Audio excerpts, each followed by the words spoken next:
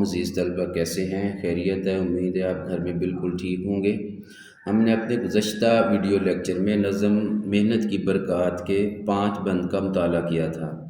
آج ہم سب سے پہلے اس نظم کے مشقی سوالات میں سے نظم کا مرکزی خیال کریں گے۔ مرکزی خیال لکھتے ہوئے سب سے پہلے ہم نظم کا عنوان لکھتے ہیں اور اس کے بعد شاعر کا نام۔ اس نظم کا مرکزی خیال ہے: اس نظم میں شاعر نے محنت کرنے کی اہمیت، عظمت اور برکات کو اجاگر کیا ہے۔ شاعر بیان کرتا ہے کہ جو لوگ محنت کی تکالیف کو برداشت کرتے ہیں، جیسے بھی مشکل حالات آ جائیں، محنت کرنا نہیں چھوڑتے، آخرکار انہیں کامیابی، عزت، مقام و مرتبہ اور بڑھائی حاصل ہوتی ہے۔ محنت سے انسان اپنے حالات بدل سکتا ہے اور ترقی کر سکتا ہے۔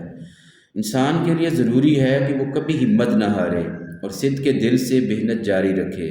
جو لوگ اللہ تعالیٰ پر بھروسہ کرتے ہوئے محنت کرتے رہتے ہیں، اللہ تعالیٰ ان کی مدد کرتا ہے اور کامیابی ان کا مقدر ٹھہرتی ہے۔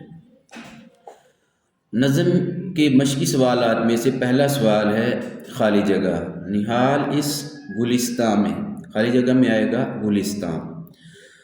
یہ جوہر ہے ہم میں امانت خدا کی، خالی جگہ میں آئے گا امانت۔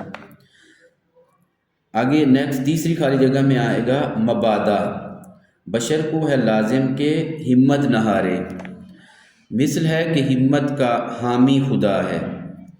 اس کے بعد کویسچن نمبر 2 ہے مختصر سوالات کے جواب۔ انسان کو فضیلت، عزت اور فرما روائی کب ملتی ہے؟ انسان کو عزت، فضیلت اور فرما روائی اس کی تکلیف برداشت کرنے سے ملتی ہے۔ سوال نمبر 2 ہے اگر مخفی جوہر کی خبر نہ لی تو کیا ہونے کا امکان ہے؟ اگر مخفی جوہر کی خبر نہ لی تو اس کے ضائع ہونے کا امکان ہے۔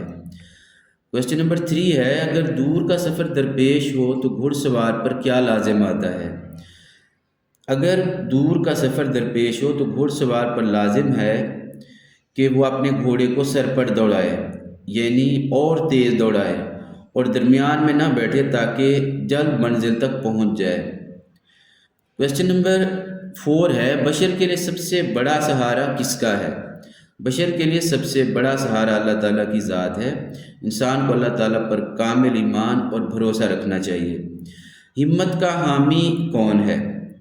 تو کویسچن نمبر 5 کا آنسر ہے ہمت کا حامی اللہ تعالیٰ ہے۔ اللہ تعالیٰ ہمت کر کے محنت کرنے والوں کی مدد کرتا ہے۔ اس کے بعد نیکسٹ ذو معنی الفاظ، وہ الفاظ جن کے 2 یا 2 سے زیادہ معنی ہوں، ذو معنی یا وہ معنیین الفاظ کہلاتے ہیں۔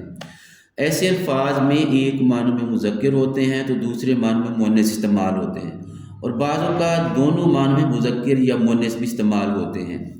اب یہ نیچے ٹیبل دیا ہوا ہے، اس ٹیبل کو خود یاد کریں گے، اور اس کے بعد نیچے کچھ جو ہے وہ ذو معنی الفاظ کویسچن نمبر 5 میں آپ سے پوچھے گئے ہیں۔ سب سے پہلا لفظ ہے جست۔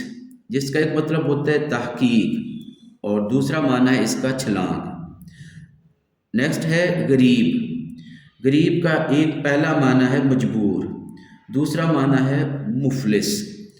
نیکسٹ ہے اگر اس کو ہم کل پڑھیں تو اس کا مطلب ہے تمام، اور کل پڑھیں تو اس کا مطلب ہے آنے والا دن یا گزرا ہوا دن۔ آگے نیکسٹ ہے مانگ، بالوں کے بیچ، اور مانگ کا ایک مطلب ضرورت بھی ہوتا ہے۔ آگے ہے نیکسٹ سنگ۔ سنگ کا ایک مطلب ساتھ بھی ہوتا ہے اور پتھر بھی۔ آگے ہے کف۔